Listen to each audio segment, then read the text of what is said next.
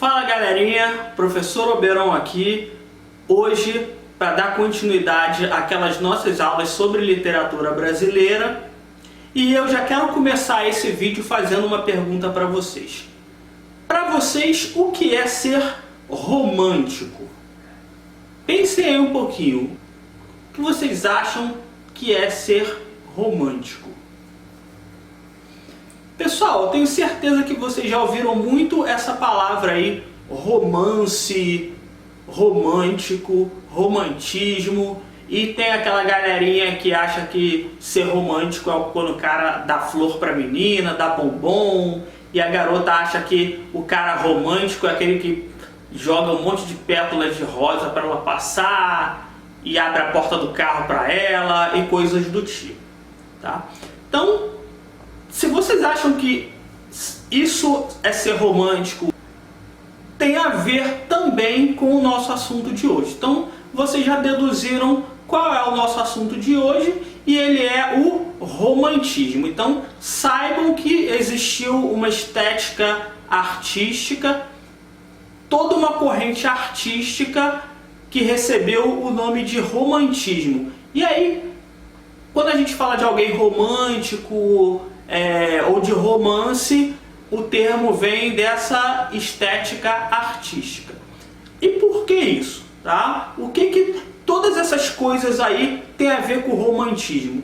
Porque quando a gente fala de romantismo, ou de alguém romântico, ou de romances ou coisas do tipo, estamos geralmente falando de um sentimento que é idealizado, ou seja, é um sentimento que ele é mais construído pela nossa imaginação e nossas expectativas do que um sentimento, não diria real, mas do que um sentimento faz na realidade. Então, o romântico é aquele sentimento idealizado de que quando a pessoa ama faz tudo pela outra para agradar e etc e tal, e o amor não necessariamente é desse jeito, beleza? Então, quando a gente está falando de amor romântico, por exemplo, estamos falando daquele amor idealizado, daquele amor que vocês veem nos filmes ou veem nos livros, que seguem todas aquelas características já bastante conhecidas. Então, o que o romantismo tem a ver com toda essa questão de dar flores, jogar pétalas de rosa no chão, é isso. É porque tudo isso aí é aquele sentimento idealizado que vem de uma expectativa, certo? E existiu uma escola literária que trabalhava com tudo isso, e essa escola literária foi o romantismo. O romantismo, ele surge lá na Europa no início do século XIX, e ele é o responsável por trazer para a literatura e para as artes no geral essa visão de mundo idealizada. Então, ao longo dessas aulas, nós vimos aí o quientismo, vimos o barroco e vimos o arcadismo. Tá? E depois dessas estéticas, eis que surge então o romantismo.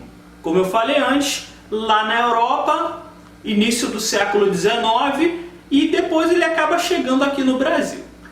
Então essa escola ela vai surgir principalmente em oposição ao arcadismo, mas ela também tem elementos que vão contra o barroco. Lá no barroco, na parte da prosa, nós tínhamos a ideia do conceptismo. Não sei se vocês lembram disso. De qualquer forma, isso está lá no nosso vídeo sobre o barroco, vocês podem dar uma olhada depois, e vocês vão perceber que lá os autores eles usavam a estratégia do conceptismo, que era aquela retórica, por mais que fosse uma retórica literária, uma prosa literária, ela era voltada a trabalhar ideias que visavam convencer o interlocutor, ou a pessoa que estivesse lendo, ou assistindo a peça, assistindo o seu irmão, o que quer que fosse. Tá? Então era uma narrativa visada a convencer. Então trabalhava muito com o lado racional. E qual é a diferença entre isso aí e o romantismo? É que o romantismo ele vai fazer o oposto.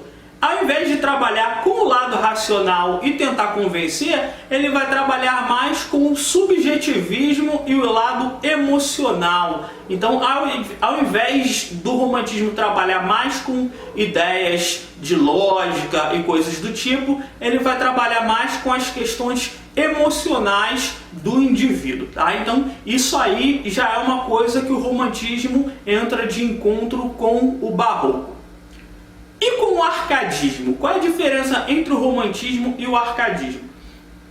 É que o arcadismo ele representava muito o ideal da nobreza e da aristocracia. Então você tinha lá no arcadismo a temática da mitologia, dos deuses, semideuses e dos seres mitológicos, e tudo isso aí representava o senso de nobreza da aristocracia. Aquelas pessoas que estavam mais identificadas ou pareciam estar mais identificadas com as divindades do que com os próprios seres humanos. Então, o arcadismo representava essa classe. E o romantismo ele vai fazer o inverso. O romantismo ele vai representar o indivíduo comum, ele vai representar o povo.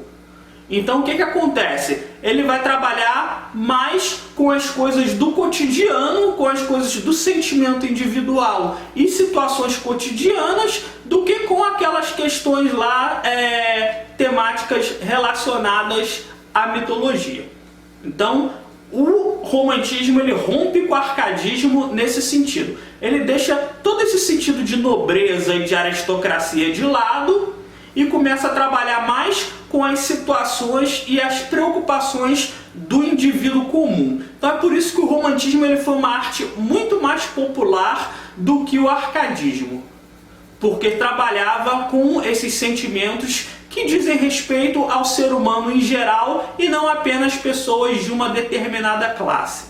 Então foi aí, nós vimos agora, que o romantismo rompeu com as escolas que vinham anteriormente, rompe com o barroco e rompe também com o arcadismo e vai se consolidar como uma estética artística bastante forte do início para meados e fim do século XIX. Então, pessoal, eu estava falando com vocês que o romantismo ele surge no início do século XIX, mas não foi do dia para a noite, tá? A gente não pode dizer que morreu aqui o arcadismo e nossa, surgiu aqui o romantismo. Não foi assim que aconteceu. Ele surge lá na Europa, mas ele surge em decorrência de vários fatores sociopolíticos. Só que tem dois mais importantes que eu gostaria de citar para vocês. Tá? O primeiro desses fatores históricos é a Revolução Industrial. Então, vocês sabem que a Revolução Industrial aconteceu primeiramente na Inglaterra e depois se espalhou pelo mundo, lá pela início e metade do século XVIII. Então, qual é a relação entre a Revolução Industrial e o romantismo?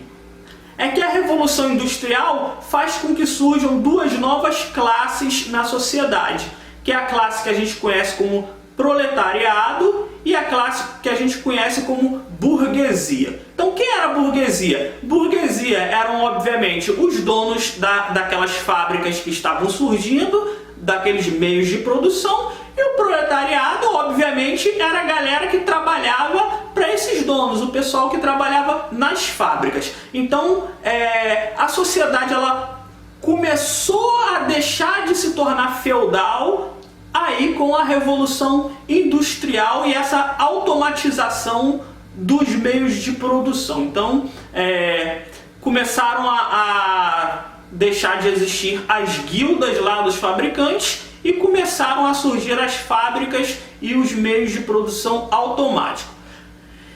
E o que isso resultou? Isso resultou no que a burguesia começou a enriquecer mais do que a nobreza. Então, o que acontece? A nobreza ela tinha um limite de riqueza que ela podia alcançar, porque da onde vem a riqueza dos nobres? Vem da cobrança de impostos. Os nobres eles não produziam nada, o rei não produzia nada. Então, da onde vinha a fortuna do rei? Vinha da cobrança de impostos que o pessoal pagava. Só que assim, existia um limite de imposto que o rei podia cobrar, porque se o rei tomasse todas as riquezas da população, a população morreria e depois o rei iria reinar sobre quem? Não ia ter mais reino. Então, o imposto que o rei podia cobrar tinha sempre um limite. A burguesia, com as fábricas, ela não tinha aquela restrição ali da população subserviente a ela. Então, enquanto o rei tinha ali o seu reinado e tinha a população ali, que eram os súditos dele, de quem ele podia comprar o imposto, a burguesia, fabricando e vendendo as suas mercadorias através das fábricas, ela não estava restrita àquela população que era súdita daquele rei. Ela podia ampliar e diversificar o comércio dela, ou seja, a fonte de renda dela acabou por se tornar maior do que a fonte de renda da nobreza. E com o passar dos anos, isso resultou em burgueses que acabavam sendo mais ricos do que os próprios nobres. Tá? E a gente sabe que naquela época e até hoje em dia, riqueza é sinônimo de poder. Então, os burgueses se tornando muito ricos, eles queriam também começar a se tornar poderosos aonde? Na questão política. Então, o primeiro fator que levou ao surgimento do romantismo, dessa forma, foi a Revolução Industrial. E o segundo fenômeno histórico que contribuiu para o surgimento do romantismo foi a Revolução Francesa.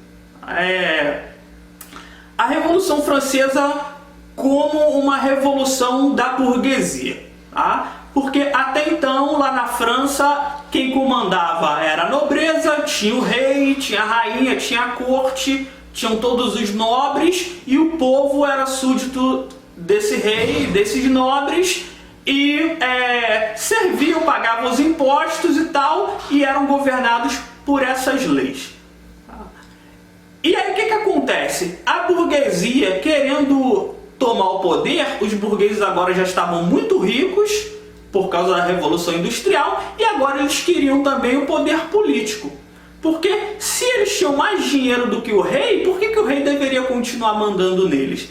Então eles pensaram, poxa, agora a gente precisa tomar o poder e, além de ser rico, ser também politicamente poderoso e continuar estendendo a nossa influência. Então esse era o pensamento da classe burguesa. E aí eles fizeram o quê? Notando que o povo estava passando um perrengue fora de série lá na França, passava fome, morria de doença, eram desabrigados, muitas vezes não tinham onde morar, e passava uma situação horrível, às vezes não tinham nem pão para comer, enquanto a nobreza dava altas festas e bailes lá no palácio, o povo estava morrendo. Os burgueses, observando esse fenômeno, eles pensaram, poxa, isso aqui dá pra gente uma oportunidade. Vamos fazer o quê? Vamos influenciar para que a população se revolte e derrube a monarquia, e aí a gente entra no lugar da monarquia como se nada tivesse acontecido. E foi justamente isso. Tá? Então eles começaram a incitar aquela questão dos valores da igualdade, fraternidade, justiça, enfim, tá? Aqueles valores lá da época da Revolução Francesa, e insuflaram isso no povo. Tá? Fizeram o que qualquer político decente faz hoje em dia. Então, qualquer político hoje em dia que se preze vai tentar insuflar alguma ideia na população de que dentro do governo dele a coisa vai ser melhor do que é no governo do atual. Tá? Então é assim que um político tenta tirar o outro do poder e assumir aquela posição, fazendo com que a população pense que dentro do governo dele a coisa vai ser melhor. E foi exatamente o que os burgueses fizeram. Pensaram, poxa, vocês estão aí sujeitos a esses reis que deixam vocês morrerem de fome, sendo que se não tivesse esses reis e existisse a república, vocês teriam muito mais oportunidade de trabalho, vocês não passariam fome, existiria igualdade, existiria fraternidade, existiria justiça, liberdade, tudo isso aí lindo e maravilhoso dentro da república. E aí o povo, acreditando, foi lá com o apoio da burguesia, se rebelou, derrubaram a monarquia e os burgueses entraram e assumiram o poder, e aí foi instaurada a república lá na França. Tá? Com quem governando agora? Obviamente, com quem governando agora? Os burgueses. Porque o povo ele não se governa, o povo sempre tem que ter um líder. Então, a burguesia foi e assumiu a liderança naquele momento. Então, com a Revolução Industrial, a burguesia assumiu o poder econômico, e com a Revolução Francesa, a burguesia assumiu o poder político, e agora eles mandavam nas coisas, criavam leis, governavam e etc. Tá? Então esses dois fenômenos aí colocaram a burguesia no poder. E aí vocês devem estar se perguntando, mas professor, que diabo que o romantismo tem a ver com a burguesia? Porque você falou que esses dois fenômenos contribuíram para o surgimento do romantismo, mas até agora só falou de burguesia. Não tem problema, eu vou explicar isso agora. Tá? Acontece que o romantismo, ele pode ser, entre suas várias definições, ele pode ser definido como a arte produzida para a burguesia. Porque o romantismo ele vai trabalhar com aquelas ideias que eram mais voltadas para a classe burguesa, que era a classe que veio não de linhagem nobre, mas a classe que veio do povo. Então por isso que lá no início desse vídeo eu falei para vocês que o romantismo trabalha com temas mais gerais e com temas que pertencem às pessoas comuns. Porque os burgueses eles vieram das pessoas comuns, tá? E o romantismo é essa arte feita para eles. Porque antes os artistas eles trabalhavam para quem? Claro que os artistas eles precisavam produzir suas obras e vender suas obras, porque senão iriam morrer de fome. Então um compositor que queria música fazia as músicas e vendia. Um pintor de quadros pintava os seus quadros e vendia. Um romancista escrevia seus livros, suas narrativas e vendia para quem tinha o dinheiro para comprar. E antes, quem comprava era quem? Eram os nobres. Então, os protetores dos artistas, os mecenas, eram nobres. Tá? Então, se depois de um tempo a nobreza ela foi perdendo força e acabou por cair, e a burguesia assumiu ali aquele lugar que antes eram dos nobres, o artista ele vai fazer o quê? O artista ele vai ser forçado a se adaptar. Se a nobreza caiu e morreu, significa que o artista vai morrer junto? Não, ele vai se adaptar. Então o público-alvo dele mudou. O público-alvo que antes eram os nobres, agora passou a ser os burgueses. Então o artista ele ficou no papel de fazer o quê? De transformar a arte dele. Se antes ele fazia arte para agradar os nobres, agora ele vai fazer a arte para agradar quem? Aos burgueses. Tá? Então, é nesse sentido então, que a gente fala que o romantismo é a arte produzida para a burguesia. Porque os artistas eles vão começar a adaptar o estilo, vão fazer a arte que trabalhe mais com a preocupação da burguesia para agradar a essa classe e assim poder ganhar a vida. Então aí os artistas eles começam a se adaptar e surge essa estética artística, essa corrente chamada romantismo. Certo? Então, dois fatores políticos e históricos que influenciaram o surgimento do romantismo foram a Revolução Industrial e a Revolução Francesa. E o romantismo, ela é aquela arte que traz uma visão de mundo idealizada, um sentimento idealizado, e trata de preocupações mais pessoais e individuais. Beleza? Então, hoje foi isso, é a nossa primeira parte aí da aula sobre o romantismo. Aí eu falei sobre o que é basicamente o romantismo e os fatores socio-históricos que fizeram com que ele aparecesse. Nas próximas aulas eu vou falar um pouquinho sobre as características dessa escola literária e como o romantismo chegou aqui no Brasil e como ele se desenvolveu. Beleza? Galerinha, espero que vocês tenham curtido aí esse assunto e se curtiu, deixa aquele like aí nesse vídeo, compartilha ele com quem vocês sabem que esteja estudando para o Enem ou para o vestibular, ou tem algum tipo de interesse em literatura. E é isso, obrigado aí, valeu pessoal, até a próxima.